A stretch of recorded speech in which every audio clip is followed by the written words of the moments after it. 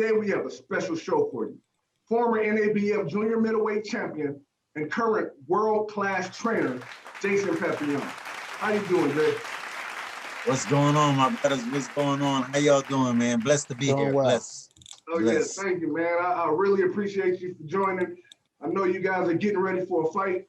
You know, your son Keon is doing really well, moving up the ranks, you know, looking like a promising prospect, man. So I know you're busy, and like I said, just thank you for coming on and sharing with us what you got going on in your day-to-day and span over your career and your experiences. Man, it's a pleasure, man, to be here. I'm glad you thought of interviewing me after I've been retired 10 years. You know, I never thought I'd be doing interviews again. Yeah, I know, man. It's a blessing, man, you know, to see that some of the guys, as yourself, still recognize great people, great fighters, great champions, man. It's a pleasure to be here, man. Definitely, man. Now, you know, I've been following you for a while now, you know, and haven't stopped. Like I said, you began boxing in 1992 from Broussard, Louisiana. Please introduce yourself to our audience and carry us through your career experience and things of that nature, your fights. All right. Jason Papillion from Broussard, Louisiana, former NABF super welterweight champion. Well, let's get back to my amateur career first. Let me back up. I started boxing. I picked up boxing in 1992 on a suggestion from my mom's, man. Growing up, I was in the trouble, getting into fights, looking for fights, making trouble. And you know, and my mom's, who passed away a couple of years ago, she was just tired of me getting in trouble and people coming to her telling her, oh, Jason is fighting with this one and doing this and that. And just one day she just out of the blue and said, why don't you go find a gym, a boxing gym or something? You always want to fight. Go find you a boxing gym. And that stuck in my head, man. And the next week, I went out looking for a boxing gym and I came across Kenny Weiss, who has Raging Cajun amateur boxing at the time. And I went over there and stepped in the ring for the first time and never turned back, man. Never turned back. How old were you at this time? I was 26. 26. Yeah. 26 years old. I started real late. I was a 3-time Golden Glove champion. Was Gulf States Olympic champion. I was a bronze medalist in the 1992 Olympic. Turned professional in 1992. And first, well, before I turned professional, let me get to the story of meeting Roy Jones Jr. Oh, yeah. You know, Roy had just got out of the he got shafted in that one, too. Yeah, bad, man. It was the worst decision in Olympic history. Ever. Yeah, it was. Yeah, so he was getting ready for his professional debut, and his manager at the time was Stanley Levin, knew my coach at the time, Bo Williford. And Roy was looking for a sparring to help him get ready for his fight. And they got in touch with each other, and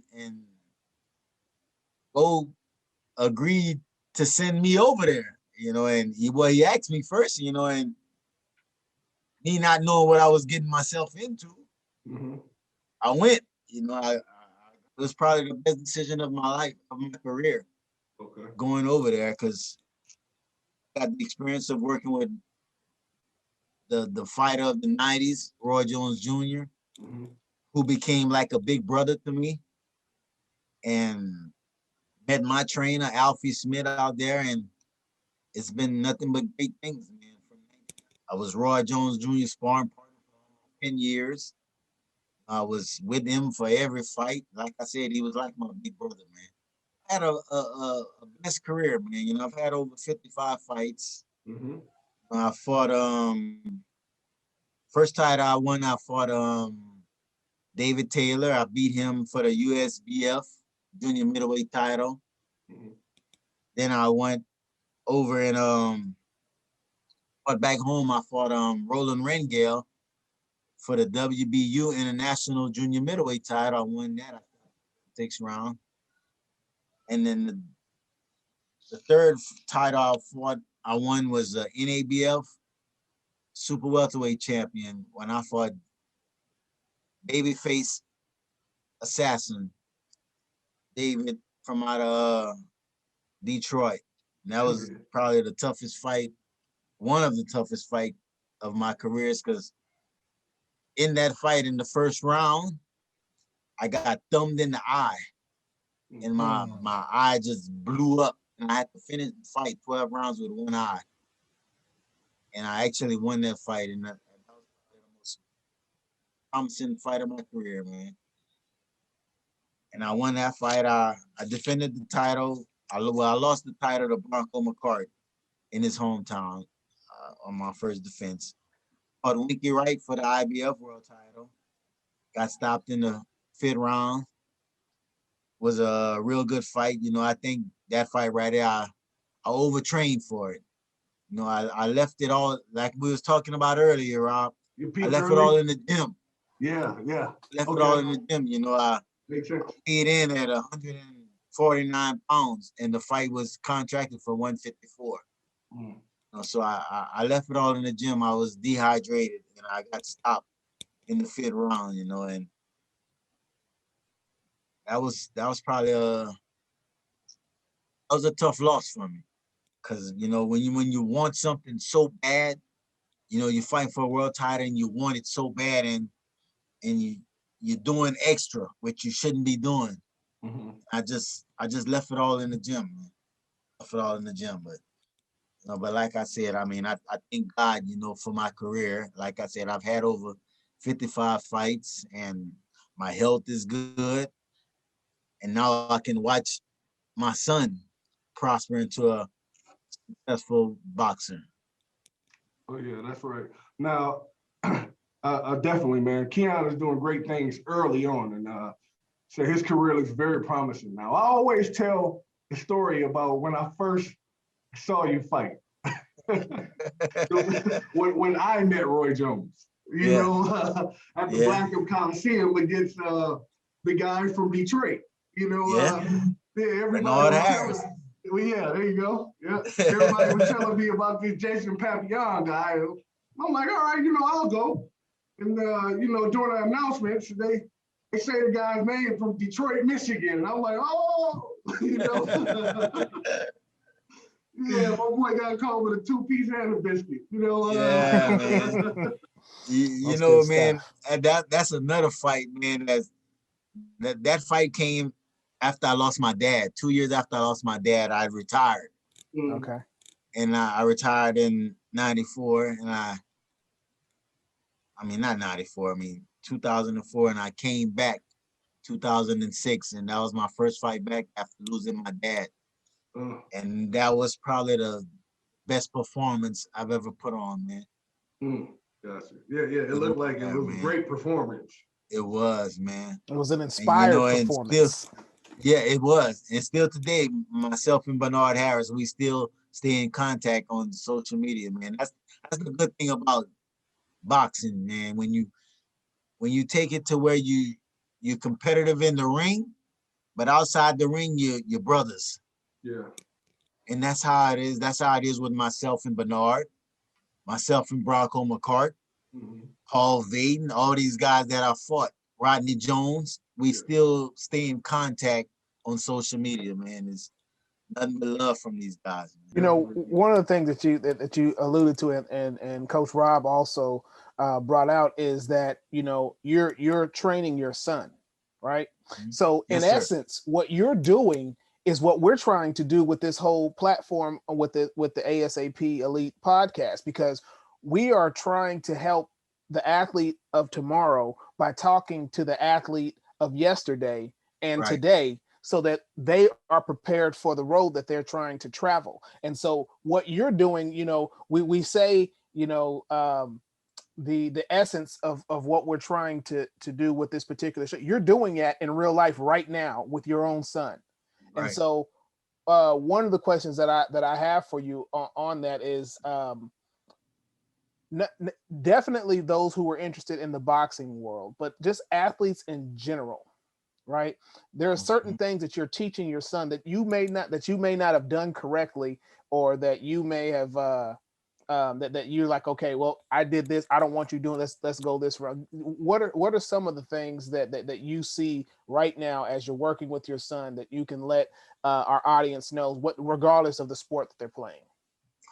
Okay, well, first off, with my son and myself, the difference was when I was fighting, I was in the wrong weight class. I was fighting guys that were much bigger than me.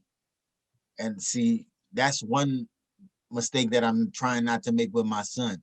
I'm trying to get him in the right division to where he'll be competitive, if not more competitive, at the same level with these guys at the same weight. Mm. And I teach my son, to be humble and to always, put God first for sure. Mm-hmm. And to stay focused, man, because focused fighter is hard to beat. And you set you a goal in life. Set your goal in this boxing, what you want to be, what you want to do in this boxing game.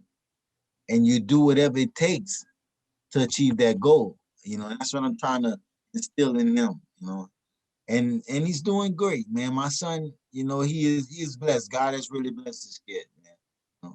Right. Now we were talking previously, and you brought up the topic of peaking early. Right. Yeah, being sharp right now, weeks before the fight, and how you would want him to begin peaking 3 weeks, right. Before the fight, 3 weeks before the fight, instead of, 6 weeks before the fight. Right. And right. how that can, how that has the, the ability, well, not ability, but that has the propensity to usually work, in the other fighter's favor. Right. Can you explain that to our audience a little bit? Okay, that's what I was explaining to you earlier. I mean, we like 4.5, 5 weeks away from the fight. And in training, we just started sparring last week. And with my son, he wants to be on point every time he steps in that ring this early. Mm-hmm. And what I'm trying to tell him, he tries to be perfect, like right now in training. Every day in training, he wants to be perfect, make no mistakes. He wants to do everything right. And I'm telling him that, we 5 weeks away. This is the time where we make mistakes and we correct them right now. See, I don't want you to be sharp right now and on point right now, because then you have to hold it for 4 weeks, 5 weeks. Come fight time, it might not be there because you held it all through that time. So what I'm telling them, I need you to make mistakes. I need you to just go out there and get in shape, start working on things, because this is the time where we work on things for the fight. We're not trying to win training. We're trying to win the fight. Love it. And that's what it is. We're trying to win a fight. So I just need you to be right April 24th. That's right. That's when we need you to be right. Is that a strategy that you picked up from your career? Like you said, yes. What you just mentioned against what happened in the Winky Wright fight. Exactly. And that's what it goes back to. Yeah. Gotcha. Yeah. And so one of the things, I'm sorry, go ahead. No, go ahead. I'm good. Well, no, one of the things that you brought out in there that I definitely want to make sure that our audience hears is that, one, we talked about learning from your mistakes, right? Mm-hmm. And the thing is we learn from our mistakes, but one thing we have to do is learn from the mistakes of others. Right. Right. And you talk about peaking. Well, me as a track athlete, I understand that whole peaking mentality as well. And you being the trainer, the person with the wisdom, the one, that understands it better. There were a lot of times when we would go to track meets. It's the third track meet of the year, and these cats are running, running just times that typically they don't run to the end of the year. Right. And so my athletes are like, man, they're just, well, I don't know. He didn't beat me last year. I don't know why they're running. I said, listen, this right here. The thing is based off of what they're doing, they're going to peak too early. And they couldn't understand that. And so what I want to explain to our audience, when we're talking about peaking, right? When you're training, it kind of goes like a curve, right? And once you hit your peak, you're not going to get any better. Right. You're just going to go you down. May plateau for just a little bit, but then you start to decline. And so my job as a coach was to train you to the point where there's two things. One, that you peak at the right time.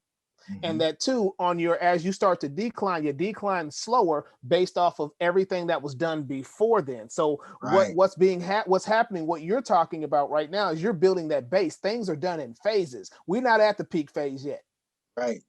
So the thing is you don't have to be sharp. Nope. Every single time you jump out there on the field, every time you jump out in the ring, sometimes you have to make those mistakes so that they can be corrected. And so I appreciate you for talking about that, because there's peaking in every single sport. It is. Right there. When you peak, a peak is just what it is. You got as high as you're going to go. That's right.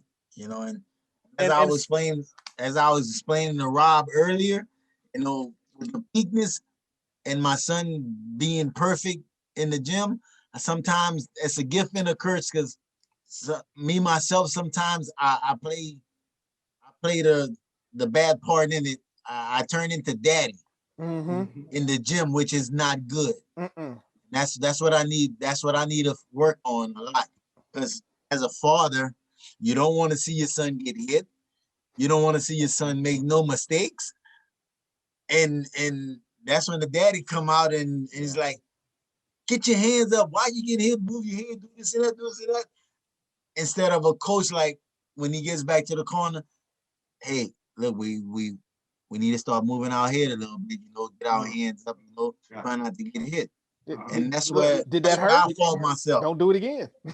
Right. That's where I fault myself, because at times he try to be perfect daddy. He thinking it's daddy in the gym instead of coach. So he don't want to make no mistakes, because daddy in there, and daddy's going to get after him. And that's where I need help at. See, I'm not really the trainer. I'm not the head trainer. The head trainer is Alfie Smith, who trained me from Florida. See, he works the corner when the fight, because I really can't do it. I don't want to turn into daddy in the middle of a fight. I need somebody else that's going to always be the trainer. And that's why I stay on the outside, come fight. Hey, now, I'm going to take that and parlay that advice. I'm looking for, what advice would you give fathers that coach their sons overall in different sports, whether it's football, basketball, track, boxing, that may be going through that same issue? How would you suggest that they would handle that? And the best way for them to connect with their son while pulling the most out of them, but not crossing that fine line? Well, the way I see it, sometimes you gotta allow the kids to make mistakes. Don't be so hard on them when they do make a mistake. You gotta allow them to make that mistake, and then we correct it. We work on that mistake.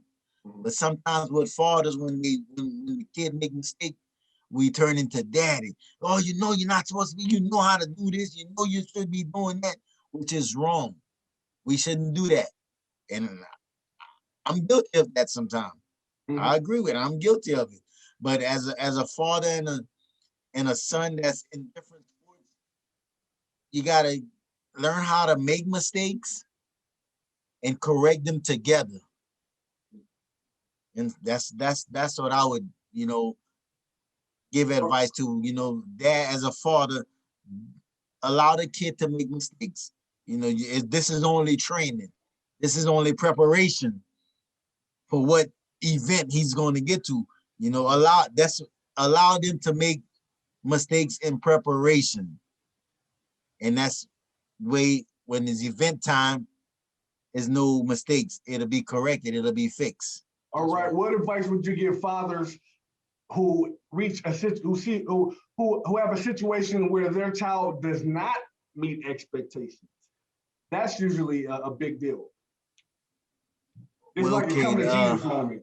You know, yeah, that's a tough one, you know, and sometimes as fathers, you know, we gotta realize, you know, that sometimes our kid might not be so athletic as we were. Mm-hmm. We can't have our kids we can't have our careers live through our kids. You know, sometimes, you know, our kids have their own careers. They have to make their own decisions and set their own goals. You know, sometimes fathers, they try to live through their kids. Yep, vicariously. That's right. You know, and that's not the thing to do. You know, as myself, I'm not gonna lie, I used to be like that. Mm-hmm. But I realized that my legacy is done already. Mm-hmm. I'm done. Now, son, it's time for you to create your own legacy. Go out and do things the way you know how to do it. And if you make the mistakes, daddy is there to help you correct them. Correct. You know, and that's how it is. You go out there and you create your own legacy. And I tell them, you're gonna make mistakes. You're not perfect. Mm-hmm. Just don't keep making the same mistake. You learn from that mistake. Just like in boxing, if you get hit with a right hand, one time is cool. 2 times, you better learn from it. It's something you need to do. 3 times is not tolerable. We can't have that because you're not paying attention. You know, you learn from your mistakes and you try not to get hit with the same punch. That's how I teach him. You're gonna get hit regardless. That's good stuff. Just don't get hit with the same punch. Yeah. Yeah, you know, you brought out something that I think is important, not just in sports, but in life, right? About making mistakes. And one of the things that I often tell people is that, you know, whether you're leaders, really, like leaders, coaches, you know, people who are in position where they are responsible for other people, is that if you don't create a safe place to make mistakes, right, you invite failure in the door. That's right. And, you know, that's one thing that I think as a father who is coaching their child, that's what you have to do. You have to give your child a safe place to make mistakes, because I know personally, and Coach Payne, I'm sure you can say the same thing, is that I learned my best I learned my best lessons through the mistakes that I made. Oh, definitely. Right. You know, and so the thing is if you never make mistakes, then you'll never really get better. You won't. That's true. Yeah, so that's great advice that you give. I just wanted to make sure that I pulled that, because I didn't want nobody to miss that, man. that was some good stuff. Definitely. No, and then that's, like I said, that's what I do. I sometimes when in training, I mean, like I said, I do have my days where I do turn into dad, and I do have my days where I'm coaching. I just let you go and do whatever you got to do. I don't say nothing. You make a mistake, we come back in the corner. We fix it. Mm-hmm. And you know, and that's how it's been for the last couple of days. You know, excuse me. The first day, I'm not gonna be honest. The first day of sparring, that was daddy. Daddy, it turned into daddy, because daddy figured, you know, we just fought, and you should still be sharp. Mm-hmm. And which I know that's wrong, because I'm a fighter.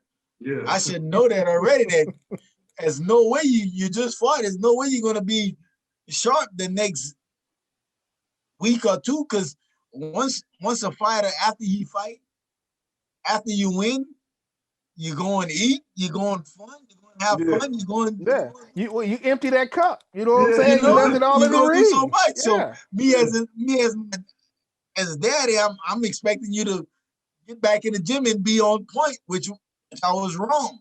And I apologize to him for that. I really told him that, man, I was wrong for that. I was expecting you to be a sharp from a daddy side instead of a coach. Let's start training camp and let's start preparation for this fight.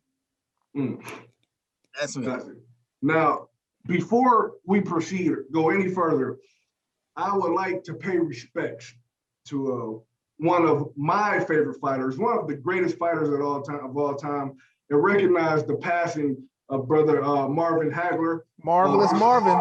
Rest in peace. Yes. Yeah, Marv. Yes. Yeah, we love you, man. Yeah, yes, man. I remember watching that dude as a kid. That dude was amazing. Yes, one of the best middleweights of all time. All time. One of the best fighters overall, man. Oh yeah. Yes. That dude was just amazing boxer, man. Yes. I remember watching him as a kid, and my mom loved Marvelous Marvin Hagler. Yeah. My favorite that Sugar Ray Marvin Hagler fight, or that Tommy Hearns Marvin Hagler fight. I was a Hearns fan until I saw that fight. Well, I was going for Hagler on that one. I went for Sugar Ray when he fought Sugar Ray though. I was with that Motor City Cobra thing. You got to do it. I know you rep hard for the D. You know what I'm saying? Yeah. But it was a great fight though. First 3 rounds. Yeah, it was. Yeah, but man, Hagler put it on him. And they were putting on each other. It was a great fight. They hit each other, man. They did. Yeah. Well, Tommy Hearn, he's the hitman for a reason, right? You know what I'm saying? Right. But when Hagler put him down, it got kind of scary for a second. It did. But all right, so now let's enter the realm of politics in boxing. There we go. We always hear about the politics of boxing, and this fight won't happen because of the politics of boxing, or this guy won because of the politics of boxing, or Tony Roberts beat Charlo because of the politics of boxing. From 1992, the politics that you may have faced, what type of politics do you foresee Keon facing? Well, basically, it's going to be politics in boxing regardless. It's going to always be there. It's not going to leave. It's not going to leave at all as long as you have promoters, commissioners, and money involved. It's going to always be politics in boxing, in any sport. It's going to always be there. I don't think they can fix it. It's just going to be there. So how do you maneuver that though? How do you maneuver it? Like how do you work within it, knowing that it's going to be there? So now this is a mainstay. How do you function as a boxer, understanding that how do you function in boxing and not let the politics take you out? Well, as a boxer, as a fighter, you go in there and you knock all of them out. You knock whoever it out. You don't leave it in the judge's hand. There you go. That's one way you can fix it as a fighter. As a manager and promoter and all that is unfixable. There's nothing you can do because whoever got the higher power, they got the higher politics. There you go. And that's how I see it. Like I said, as a fighter, you don't leave it in the judge's hand. You put it to where they can't steal it from you. There's no politics involved. At the same time, Jay, that's maybe one fighter out of every 50 who has the ability to do that. Exactly. A lot of fighters, get into a groove in their 25th to 30th fight, and you look back and they have 6 losses, but now they're, they're in their prime. You get what I'm saying? So that is taken out of their hands. So I guess it's more of a networking thing, which is, it sounds like. Yeah, like back to the politics. If we didn't have promoters, judges, commissioners that can have a input on the fights and the fighters who they're fighting, then there would be no politics. If they would let's put it like this, if they would let the fighters be more of managers. Okay. Like, hey, This guy's coming up. This guy can fight. This guy got the title. I want to fight this guy. You know, let's make this fight happen. That's a way, you know. Yeah. Put more of the decision in the fighter's hand of who they fighting, of who they want to fight.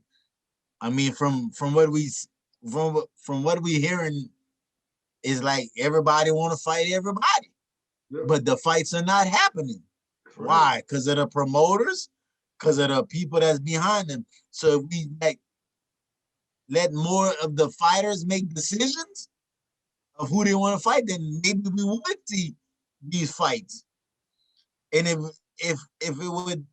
it would go down to look like this, the money side, 50-50.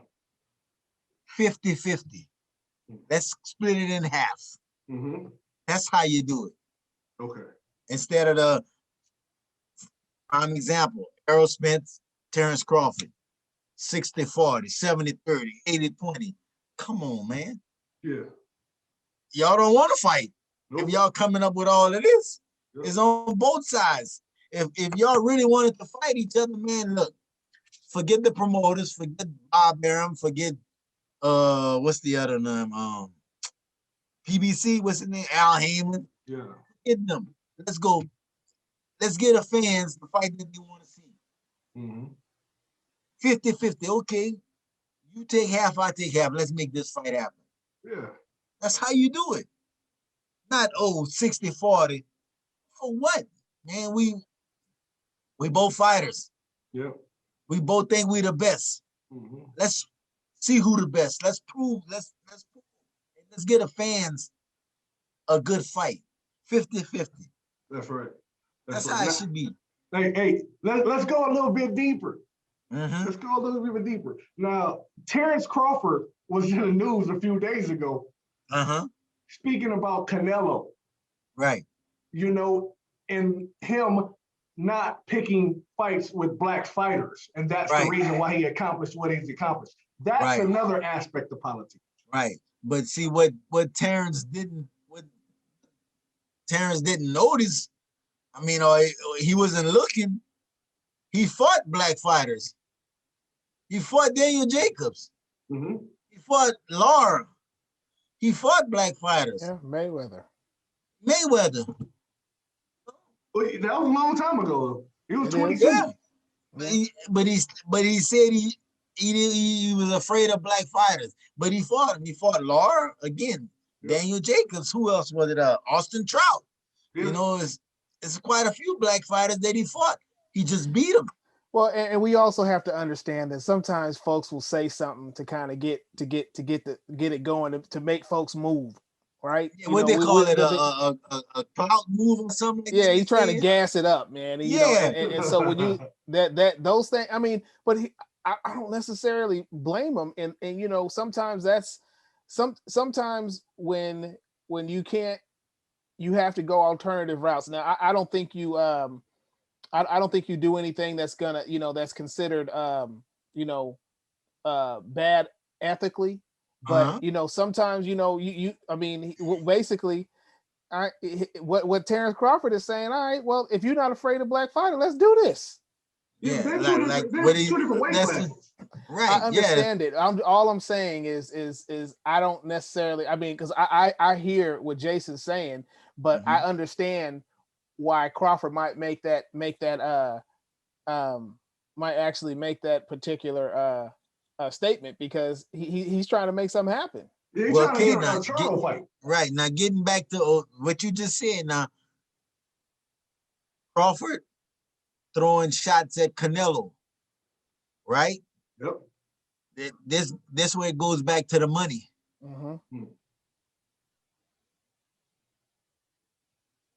Who will I make more money with? Fight. Right. He's not gonna make that much with Errol Spence like he's gonna make if he fights a Canelo Alvarez. Wow. So let me throw some shades at him to try to see what happens. Or even it goes back to this. Let me get the subject off of Errol Spence and let's throw it on something else. You know, let me keep me in the spotlight but not talking about Errol Spence all the time. I'm throwing shots at Canelo. You know, he could. And then when the last time Terrence fought? It's been a few months. It's been about 6 months, right? Yeah, so he's not really in the picture right now. There's a lot of fights going on, a lot of big fights that they're trying to make happen. Well, and they, that talking about those fights. So what he's doing is, okay, let me get people thinking about me again. That's right.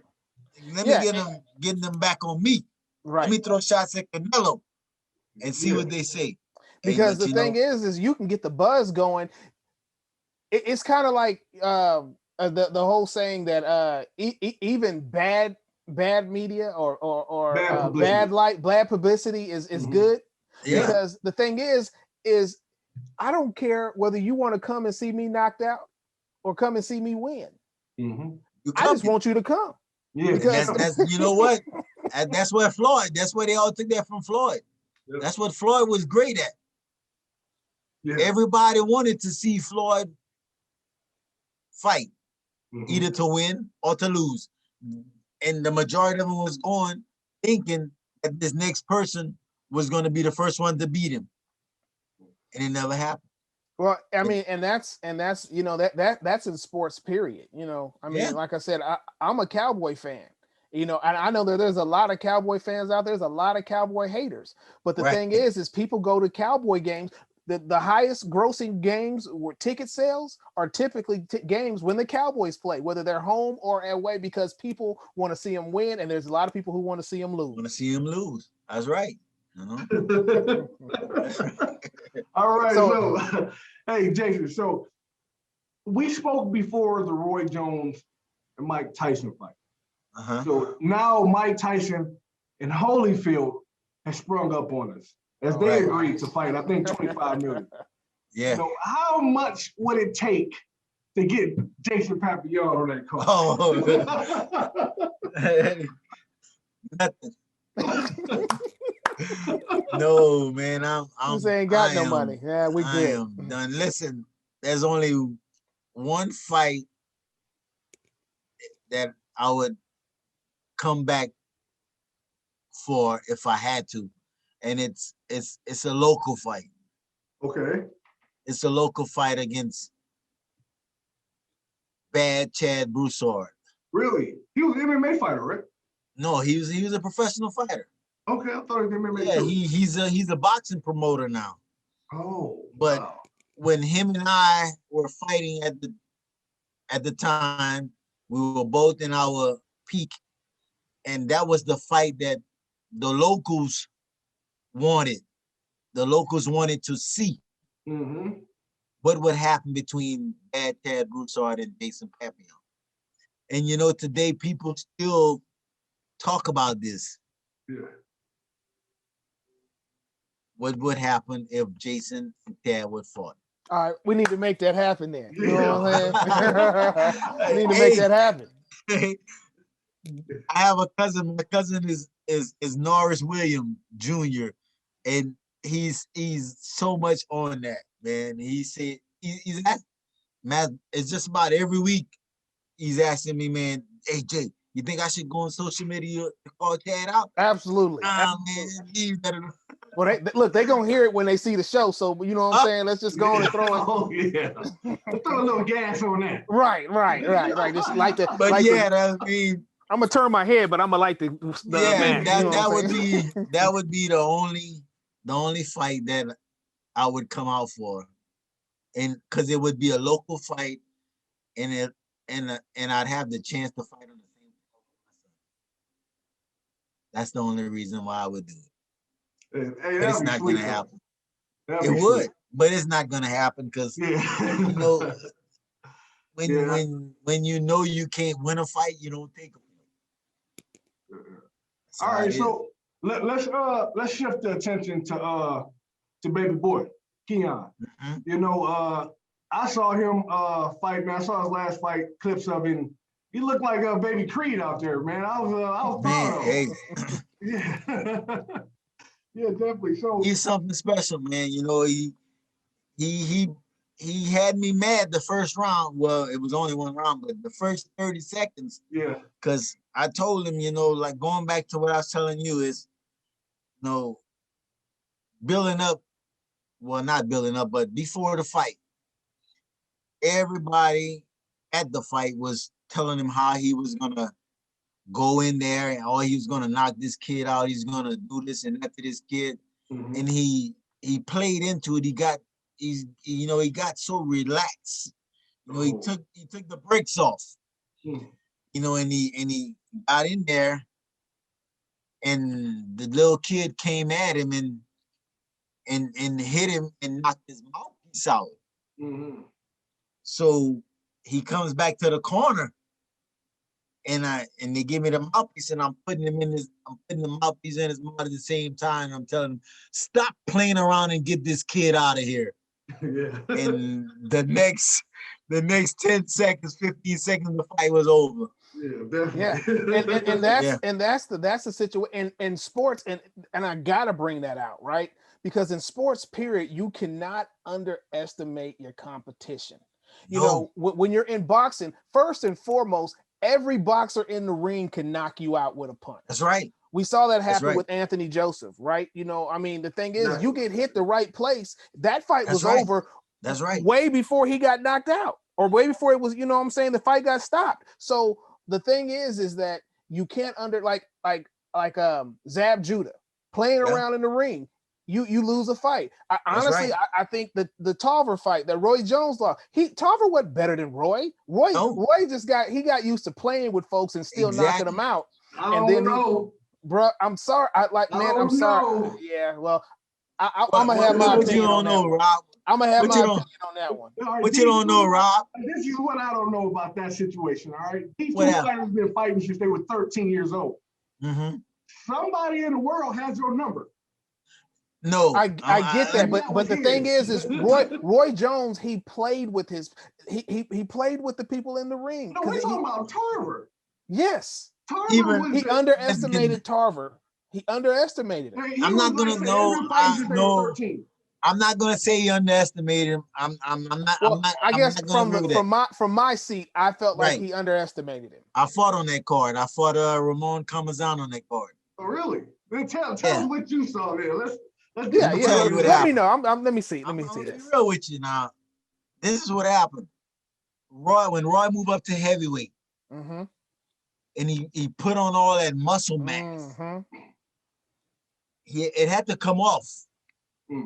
And when you take all that muscle off and get right back into these tough fights, you're not letting your body recoup. Absolutely. So the first fight back, we seen it. He won it, but he struggled. Oh. He struggled because of the weight. Who was that against? Who was that against? Kawasaki? No, that was against Tarver. He had 3 fights. The first fight Tarver. Yeah. That was his first fight back from the heavyweight title. Mm-hmm.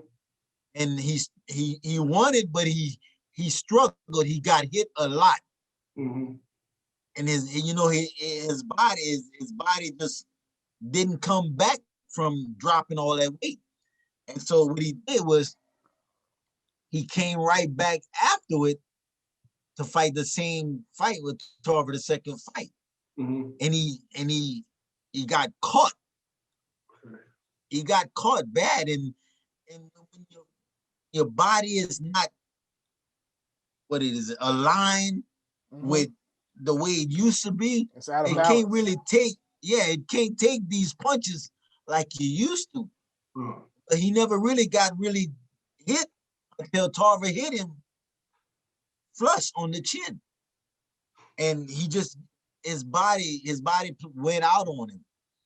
His body went out on him because Tarver is not better than Roy. He's not.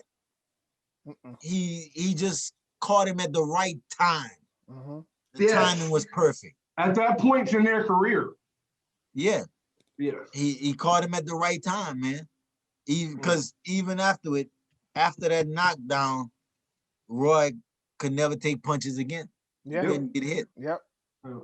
Even the little punches, was hurting him mentally. Yeah, You know, it wasn't physically, no, it was mentally from that knockdown with Tarver, that knockout with Tarver mentally put a strain on him. Okay. Because every time he got hit with a good shot, it shook him up. Oh. Yeah, let's explore that a little bit, because that's a big part of sports, right? Yeah. Like I tell people all, you know, I think it was Deion Sanders the first time I ever heard it, that you know, he talked about sports as life, that is 90% of 10% of what happens to you, 90% about what you do about it. Well, I take sports to be the same thing, is that not sports is 90% mental. Right. Because you know, I know for me, when I ran, I won a lot of races before the gun ever went off. Right. You know, because I'm sitting there, everybody else is talking to each other and stuff. I ain't say nothing to nobody. You come with me and say good luck, you'll get a head nod. Maybe not. I might not even say nothing. Right. You get a. And then, you know, I mean, like there's a lot of other tactics, like, you know, that I did is I always made sure I was the last one in the blocks, you know, doing things like that. But the thing is that talk about the mental preparation on a win and a loss, because that, I think that's what our audience needs to hear. They need to understand the mental aspect, because I think sometimes they out athlete folks so much, or out talent folks so much, that they don't really understand. They don't have to deal with the mental part until they get to somebody that's on their same level. And the higher you go up, the more likely that is. Hey, let me add on to that. The one time that I can recall in my sport of football that I saw someone get mentally taken out for the rest of their career, it was Eddie George when Ray Lewis got a hold of him. He was never the same. Never the same. Yep. If you guys remember that playoff, you know, that situation it can happen. Yes. Ray hit Eddie over and over and over again, and Eddie George was never the same running back. Never the same. Yep. All right. All right. Go ahead. What do you say to what Professor Haas said? Well, I mean, that's tough. You know, mentally winning. It can be a gift and a curse. Mentally winning, because then when you mentality, say you win a fight, you win a few fights, your mentality can get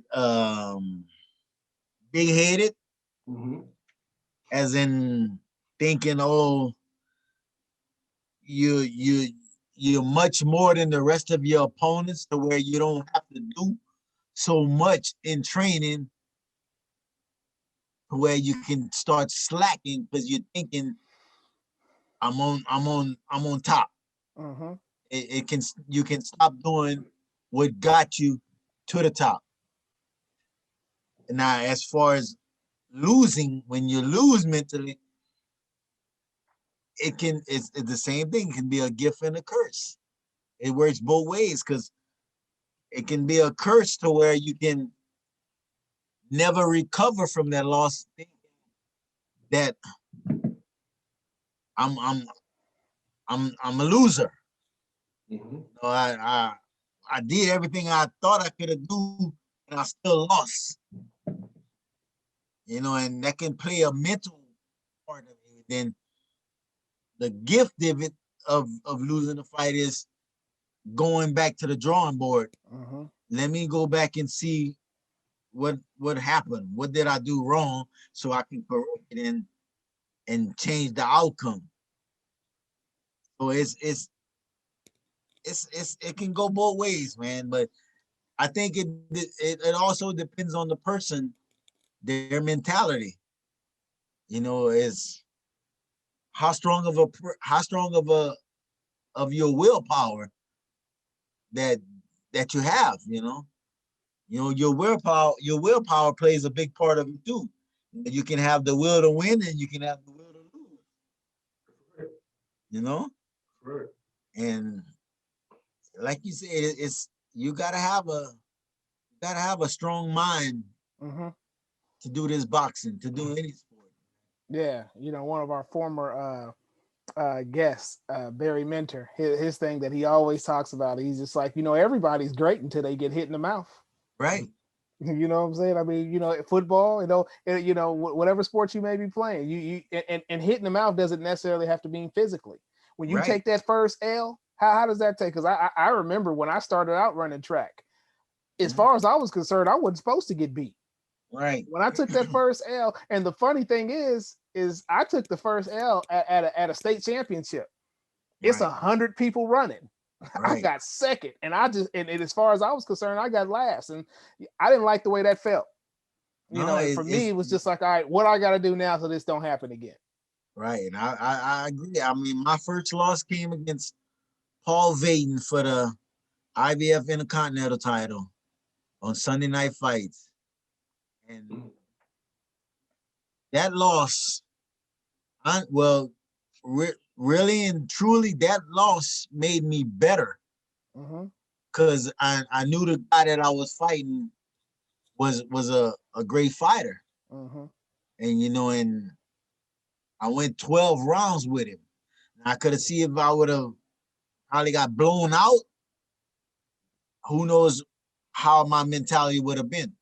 Because I trained hard, I did everything I was supposed to do, and I got blown out in the second round. That could have thrown my mind off big time. Yeah. But I finished the fight. I went 12 rounds.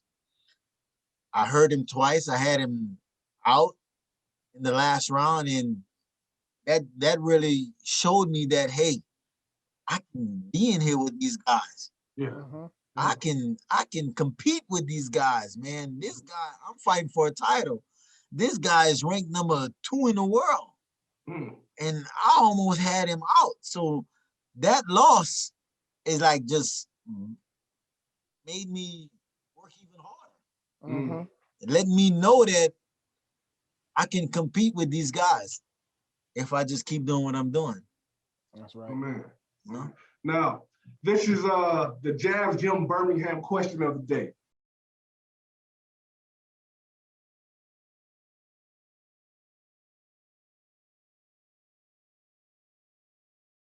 Out of all the undefeated fighters of all time, who would you consider the most overrated? All right, let's just throw out the top 5. Rocky Marciano, Floyd Mayweather, Joe Calzaghe, Andre Ward, Ricardo Lopez. Let's go. Undefeated fighters. Yep. I think Ricardo Lopez is one. Okay. Andre Ward, you're naming some good people, man. You got to put Joe Calzaghe in it. Yeah, he's top 5. Yeah, he was. Marciano, Rocky Marciano, Floyd, and Floyd. Picked them out. Yeah, you picked a great 5. Who was the most overrated of that bunch? The most overrated fighter, undefeated fighter, or just fighter? Period. Yeah, out of that top 5. The most overrated.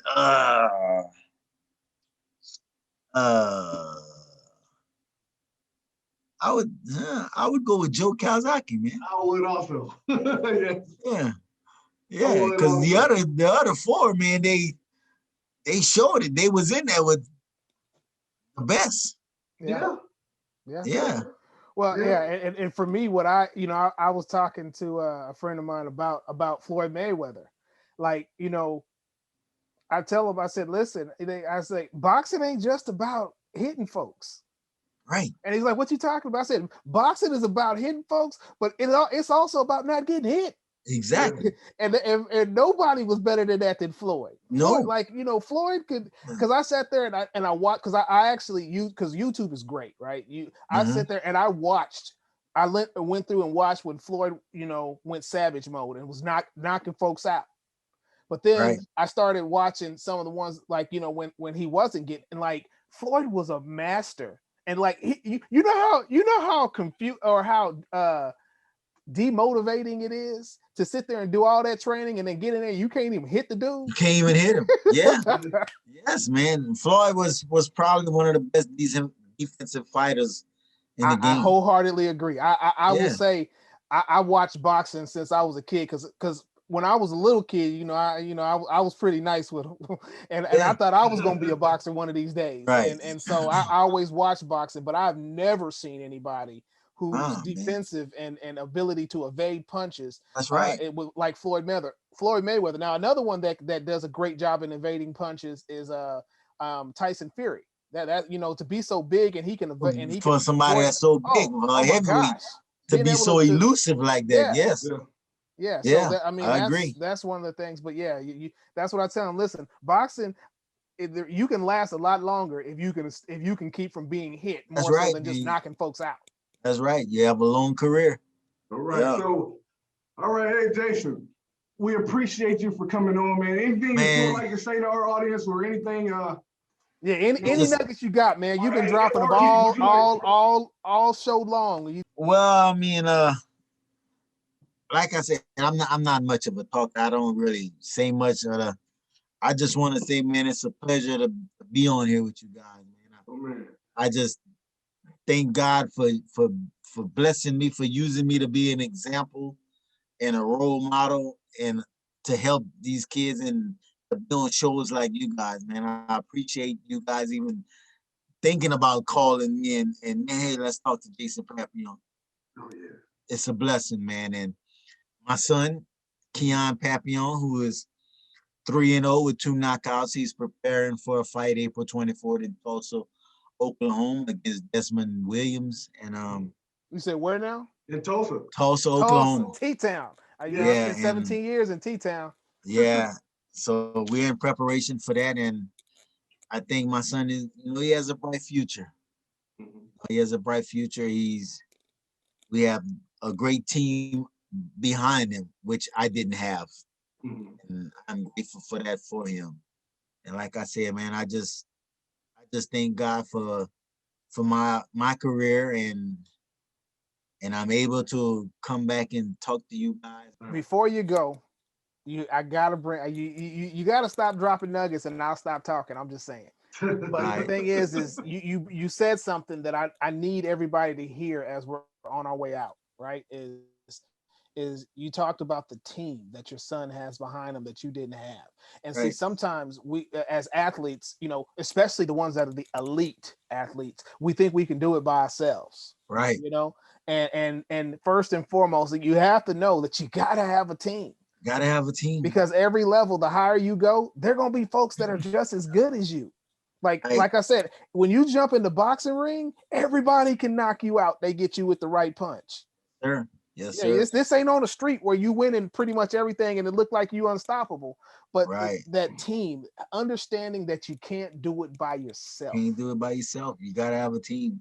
That's right. And so it's like I said, what you're doing, man, is you are doing what we're trying to do with this show with your son. So you're thanking us for having you on, but we're thanking you for having the willingness to come on and share your story with us so that our audience can hear you.